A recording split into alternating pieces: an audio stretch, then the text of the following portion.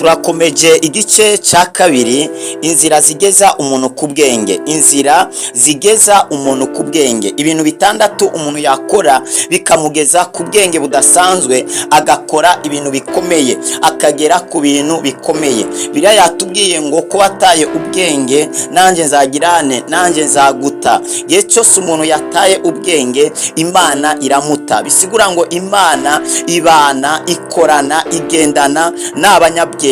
Ubwenge ni ikintu kimwe cy'ingenzi udakwiriye gutakaza, udakwiriye kubura, kubera ubwenge nibwo bwubaka urugo. Bibiri tubwira ngo umugore w'ubwenge yubaka urugo rwiwe, ariko umugore w'ikijuju arusambuza amaboko. Bisigura ngo umugore ashobora kubaka urugo ni umugore afise ubwenge, kandi ubwenge burarondegwa, burarahugwa. Birivuga ngo muzamenye ukuri, kandi ukuri kuzabaha kwidegembya. Bisigura ngo hari amakuru utegerezwa kumenya, ayo makuru iyo umaze kuyamenya akaguhesha ukwidegembya. Turabaramukije mu izina ry'umwami wacu Yesu Kristo. Bakunzi b'ikiganiro haracyariho ibyizigiro, amahoro y'Imana nakomeze kubana namwe. Turabaha ikaze mu gice cya kabiri cya teme yacu ivuga ngo inzira zigeza umuntu ku bwenge. Turagushimiye uwo umaze gukanda subscribe cyangwa sabone, turagushimiye nawe usangiza abandi ino video ya zino nyigisho kugira ngo nabo babashe kugirane, babashe kugegwaho, babashe gutahura, bamenye icyo bakwiriye gukora. Turagushimira nawe worushiraho like, ndetse nawe ujya muri commentaire ukagira ikintu wanditseyo. Iyo ubikoze ivyo bitumenyesha ko bakurikiranye inyigisho, kandi ivyo biradutera intege zo kumva twabakorera n'izindi nyigisho kugira ngo turushirizeho gufashwa twese. Kubera muri buno buzima nta muntu yikwije, nta muntu numwe yiyujuje. Hari icyo ukeneye njyewe mfise, ariko kandi hari icyo nkeneye nawe ufise. Urankeneye kandi nanjye ndagukeneye. Twese turi abantu b'ikimazi. So kuvuga ko ari ingenzi byinshi kubasumba, oya. Nawe hari ivyuzi, hari ivyuzi je ntazi, ariko nanjye hari ivyo nzi wewe utazi. Urankeneye mu byo nzi utazi, ariko nanjye ndagukeneye mu byo uzi jewe ntazi. Hari ivyo nshoboye ariko wewe udashoboye, kandi hari ivyo wewe ushoboye jewe nashoboye. Bibiri tubwira yuko turi umubiri umwe ariko ufite ingingo zitandukanye, kandi buri rugingo rwose ruri ku mubiri w'umuntu rurafise igikorwa gitandukanye n'icyundi muntu, n'icyurundi rugingo rushobora gukora. Amaso arafise igikorwa cyayo, amatwi, umunwa, ibirenge, ibiganza, umugongo, buri kimwe cyose ku mubiri w'umuntu kirafise ikimazi. Nta kintu na kimwe Imana yaguhaye kiri ku mubiri wawe kitagira ikimazi. N'inzara ubwazo nazo zirafite ikimazi, nka umengo nta kimazi, no, zirafite ikimazi. Ariko rero buri kimwe cyose kirafise akazi mu gikorwa cyako, ndetse no mu mwanya wako. Bibiri tubwira ngo mbega iyo umubiri wose uza kuba amaso, kumva ko baye umunwa wobaye, amaguru yobaye. Ya Imana rero buri kimwe cyose yasizeho kirafise ikimazi. Byose bigizene, byose birafashanya, biruzuzanya, byose rero birakorana. Ya abantu rero bakwiriye gukorana no kugira ubumwe. Buriya abantu bakorana, bemerana, ivyo birashobora guhagurutsa ubwenge budasanzwe n'ubushobozi budasanzwe. Imana iravuga ngo aba bantu nibaguma bari hamwe nta kintu kitazabashobokera.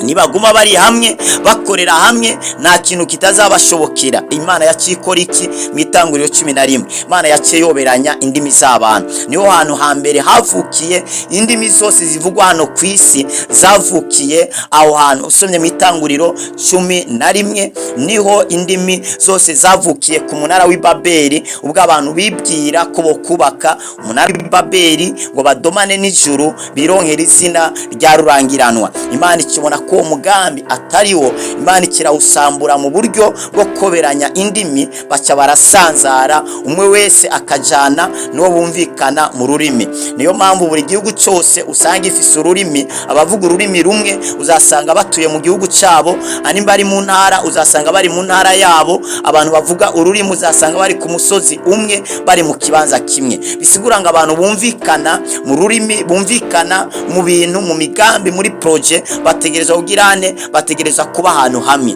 No mpamvu mu itorero iyo hatari ubumwe, itorero ntabwo ritera imbere. Muri business yariyo yose, mwishirami ryari ryo ryose, muri gihugu cyari cyo cyose, y'abarongozi b'igihugu batumvikana, muri bo badahuza, atabumwe, nta terambere rishobora kuba muri ico gihugu. Ubumwe rero ni ikintu cya mbere kizana iterambere, haba mu gihugu, muri famiye, mu itorero, muri sosiyete, mu miryango, ahantu hatandukanye.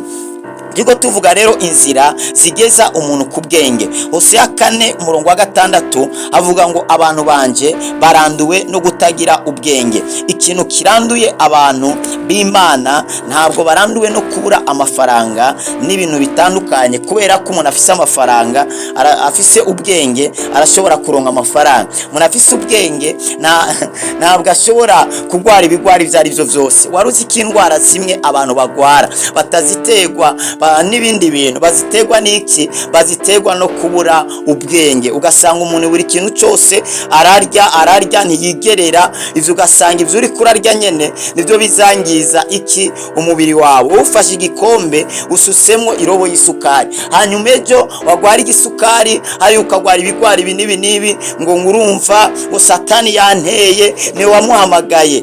Ni wamuhamagaye bitewe n'ivyo uriko urakora. Satani nta bushobozi afite bwo gufata umuntu ku nguvu ngamukoresha icyo adashaka, ahubwo Satani hari amakuru akubwira, hari binakwereka, wamara kubimenya ivyo bigatuma kwikira muri iyo nzira we yakukwegeyemo. Igihe rero akubwiye ibintu ntuvyumvirize, akweresa ibintu ntubirebe, nta hantu namwe ashobora kugukura. Twaravuze rero ikintu cya mbere ni ukubaha Uhoraho. Ikintu cya mbere gishobora kugufasha kuronka ubwenge ni ukubaha Uhoraho. Bibiliya yavuze ngo kubaha Uwiteka niryo tanguriro ryo kumenya. Icya kabiri ni ukwiga ivyo utazi, kwiga ibintu utazi.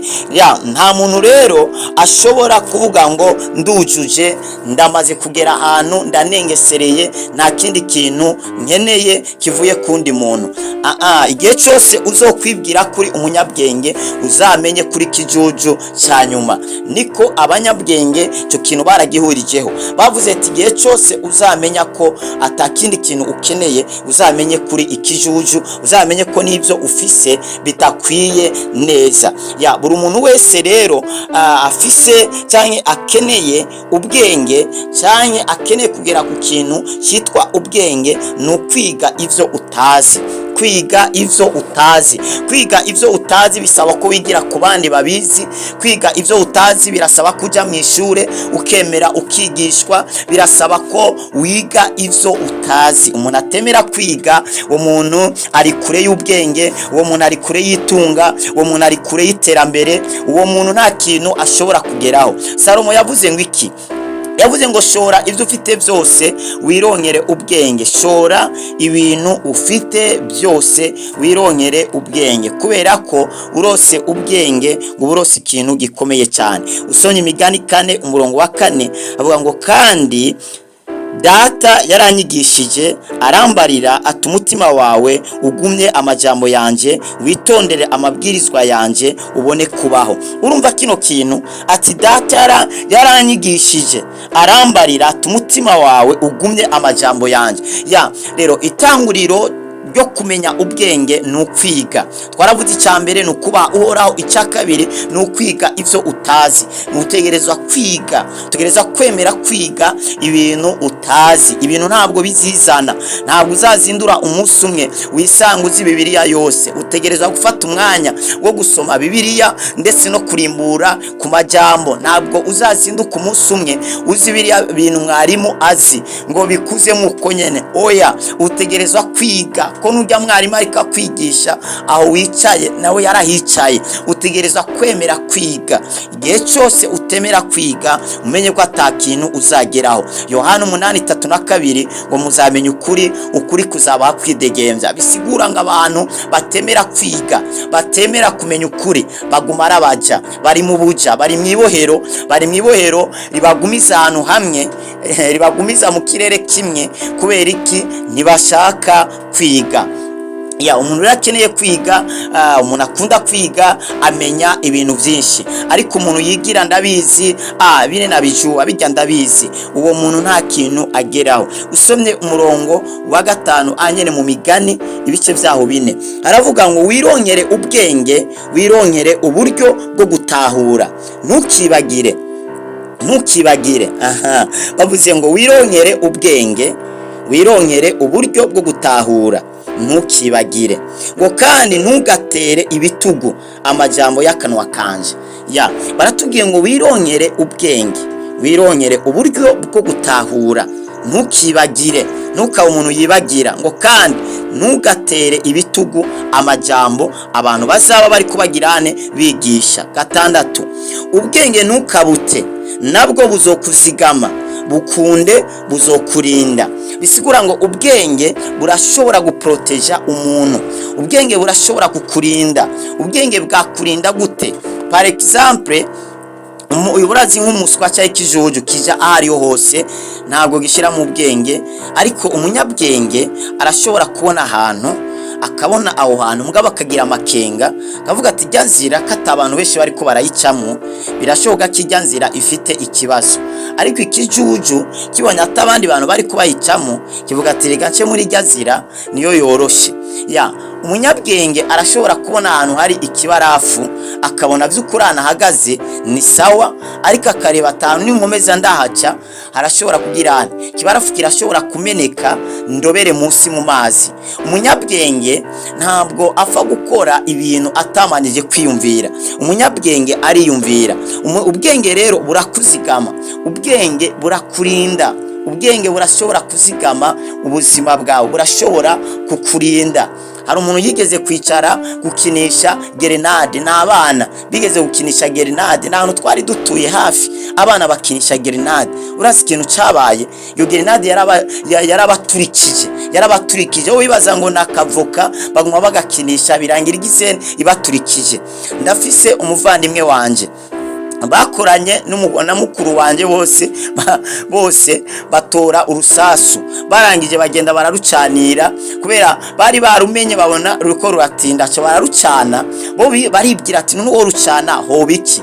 Bamaze kuba bari ko bararucanira ruca ruraturika, rumaze guturika buriya bumara buri ndani mu rusoro bwarabatarukiye ko barakomereka nyene mu maso arangirika, ndetse bahaswe no kuhasiga ubuzima. Bwa umuntu afise ubwenge ibyo bintu ntabwo yari kubikora. Umuntu afise ubwenge ibyo bintu ntabwo yari kubikora. Waruzi ko ari ibintu Imana itaduha atari kubera itwanka, ariko kubera ivuga ati ndabimuhaye byamwangiza byamwica. None burya ubutunzi ufise bwose si ubw'umwana wawe. None umwana wawe yo gusa imodoka ati papa mino modoka ndayitware, uwo yimuha mu gihe atayizi kubera yayigusabye wocimo, cye kubera ari gwiwe wocimo kandi atazi kuyitwara, nawe ubaye umuswa. Ubwenge rero burarondegwa, nukwiga ivyo utazi, ibintu utazi uravyiga, ntabwo bikoroka biva hejuru ngo ibintu utazi uravyiga. Imigani 8:10 ana majambo yavuzwe n'umunyabwenge ngo mwakire inyigisho zanje sinyifeza, mwakire no kumenya kurusha izahabu zindobanurwa. Ubwenge buragizene burakigwa, inyigisho zirakigwa, ubwenge burakigwa, inyigisho zirakigwa. Rero ubwenge si ikintu uzatora ahantu, ubwenge burakigwa, bwakigwa buvuye kuba bufise. Umuntu rero akeneye kugira ubwenge birasaba ko agirane, birasaba ko yiga. Igihe rero wase kwiga umenye ko ubwenge buzaba kure yawe. Genda reba abakristo buno munsi bagenda mu itorero badatwaye n'ahantu ho kwandika, ni banda bizi banda bimenyereye, no mpamvu benshi bahendwa baguma bayerera. No, urakwire kugenda ufise agakaramu kantu wandika. Umuntu akeneye kumenya agendana serabisi, agendana agenda, akanatazi arakandika. Kubera umutwe si sandugu, umutwe nubwo ubika mugabo umutwe uribagira, ariko iyo ufise ikintu ahantu wacanditse maze ugasubira ukareba irashobora kwibutswa ukumva urakomejwe. Nigeze kumva intahe y'umuntu yadushingiye intahe, atubwira ati njyewe nari ngeze ahantu numva no kwiyahura, numva ubuzima bwanse. Hari inyigisho twigeze kwigisha ivuga ngo kugumako. Iyo nyigisho novuga ko twayigije hafi ukwezi kurenga, hafi amezi angahe. Yavuga ngo kugumako, ikintu cyose nubwo cyo bagikomeye ariko ukigumye ko birangira cyoroshye. Abantu bageze ku bintu bikomeye nuko bagumako. Ageze ahantu ariko arareba muri agenda ahantu yanditse, acagwa kuri nyajambo, kuri nyateme, ayiguye ko acararondera muri memoire ko yambwiye ko we amaudio twohereza arayasevinga ahantu. Acareba muri memoire, agiye kureba asanga iryo jambo ririmo, acarumviriza. Ibyo byaciye bimukiza, ntiyabaye aciyahura ko yagomba kwiyahuraga. Byaciye bimufasha, aca yumva yuko ivyo bintu yabigerageza n'ubundi ko ibintu ari kugumako. Uno munsi afise business ikomeye cyane. Ibintu byose rero no kugirane no kugumako. Ubwenge rero ntabwo uzagenda kwiga umunsi umwe ngo uce utawabimenye. Oya, ndabizi wewe kugira ngo umenye kwandika abana cyangwa indome a, ndabizi ko wamaze hafi kaye yose. Raba ukungene bakubwira ngo wandike b ugaca wandika o, bakubwira ngo wandike e ukandika p. Ibyo bakubwiye si byo wandika. Mugabo no munsi urazi kwandika ugatumbereza, ariko kare waramanura ukaduza ugakikama. Mugabo petit a petit uko wabandanije wiga niko wabandanije umenya ivyo bintu. Ururimi ntabwo uvuka rimwe gucurumenya. Reka nkubwire, umurundi avuka afise ikirundi, avuka azi ikirundi, sivyo? Ariko navuka avuga ikirundi, ategerezwa kwiga ikirundi kugira ngo akimenye. N'umurundi mugabo yavutse afise n'ururimi rw'ikirundi, mugabo urwo rurimi ararufise indani muri we no mu maraso, mugabo ntashobora kuruvuga mu gihe atahuye n'abantu baruvuga. Ni ufashe umwana yavutse no munsi w'umurundi, sivyo? Cyangwa umunyarwanda cyangwa umukongomani, ugaca umutwara mu Bushinwa, waruzi yuko uwo mwana nta namwe bazahurira n'ikirundi, nta namwe bazahurira n'ikinyarwanda cyane n'Igiswahili, nta namwe bazagirane bazahurira naco. Azaca avuga Igishinwa, nico azaca avuga. Bisigura ngo rero ubwenge umuntu azi bumatanye n'ahantu yakuriye n'abamwigishije. Ukumeze biramatanye n'inyigisho uzi. Umuntu agenda sero n'ubumenyi afise. Murani majambo, ubumenyi nibwo butwara abantu, ubwenge nibwo bugendesha abantu. Nubura ubwenge umenye yuko uzabuze ikintu gikomeye, uzabuze direction ikomeye mu buzima bwawe, kubera ubwenge niyo direction ya mbere ikomeye ishobora kuyobora umuntu ikamugeza ahantu hakomeye. Ubwenge burazigama umuntu nkuko tuyejeje kubisoma. Ubwenge burashobora kukuzigama, burashobora kukurinda. Ubwenge burashobora kukuzigama, burashobora kukurinda. Ubwenge, Imana ikumere ubwenge. Nababwiye ikintu cya kabiri ni ukwiga ivyo utazi. Kadangiriza ngaha, ikintu cya kabiri ni ukwiga ivyo utazi. Turasigaje ibindi bintu bine. Ndagomba nkwibusere gukora subscribe cyangwa sabone, ukande sabone, ukande no kunzogera. Ugumize ko ucukanda kunzogera, urakanda ko rimwe, hanyuma wongere winjira indani ucukanda kunzogera, kugira ngiye cyose dushizeho ikigwa uzahite ubimenyeshwa. Hanyuma ugire partage ku bandi. Warahezagiwe cyane.